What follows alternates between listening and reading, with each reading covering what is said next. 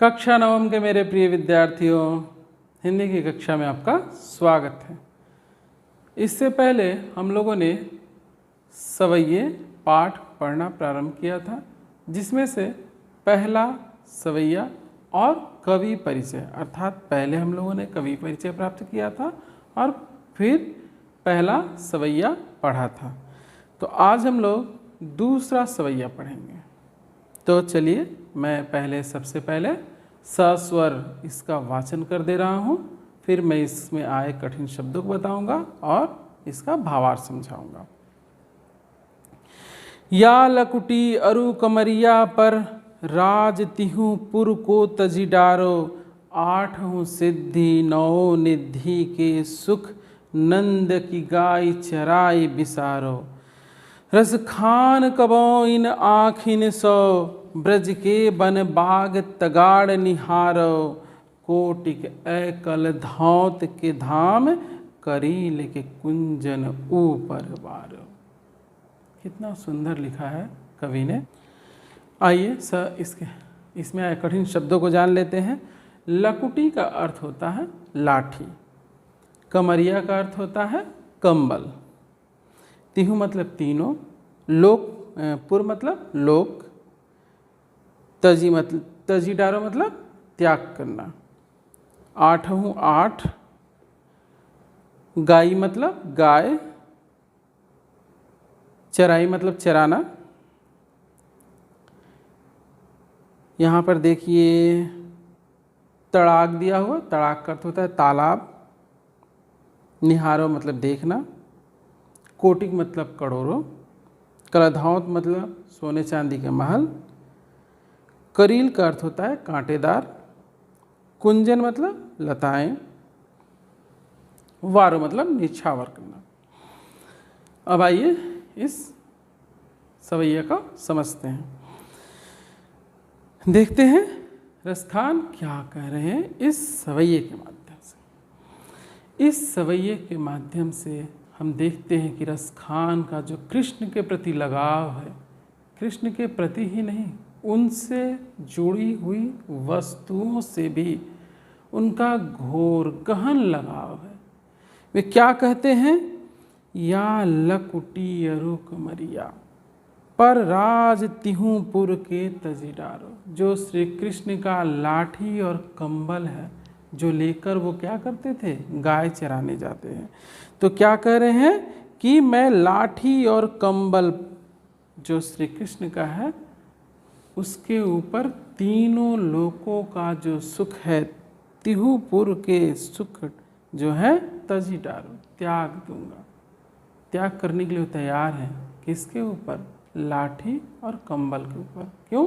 वह दोनों वस्तुएं श्री कृष्ण से संबंधित है। श्री कृष्ण लाठी और कंबल लेकर गायों को चराने जाते थे, इसलिए वो क्या कह रहे हैं कि इसके ऊपर तो तीनों लोगों का जो सुख है, कुछ भी नहीं है। आठों सिद्धि नौ निधि के सुख, नंद की गाय चराई बिसारो। जो आठों सिद्धियां जिसको प्राप्त करने के लिए, आठों सिद्धियों नौ निधियों को प्राप्त करने के लिए, यहाँ पर सबसे पहले देख लीजिए कि आठों सिद्धियां क्या हैं और नौ निधियां क्या हैं। 8 सिद्धियां हैं: अनिमा, महिमा, गरिमा, लघिमा, प्राप्ति, प्राकाम्य, ईशित्व और वशित्व। ये 8 अलौकिक सिद्धियां हैं।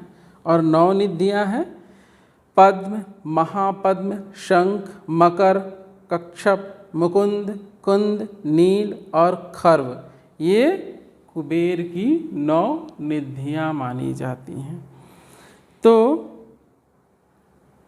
मैंने 8 सिद्धि और 9 निधि के बारे में बताया, जिसको प्राप्त करने के लिए लोग वर्षों वर्षों तक तपस्या करते हैं, घोर तपस्या करते हैं, फिर भी प्राप्त नहीं होती। ये कह रहे हैं कि मैं किसके ऊपर?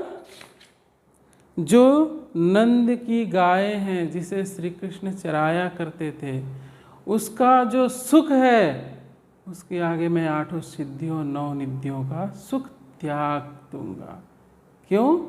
इनसे ज़्यादा सुख कहाँ है? उन गायों को चराने में है, नंद की गायों को चराने में। क्यों? श्री कृष्ण उन्हें चराते थे। तो हम देखते हैं कि कितना गहन लगाव है रसखान का कृष्ण के प्रति। फिर कह रहे रसखान कबों इन आँखिन सौ ब्रज के बन बाग तगाड़ निहारो।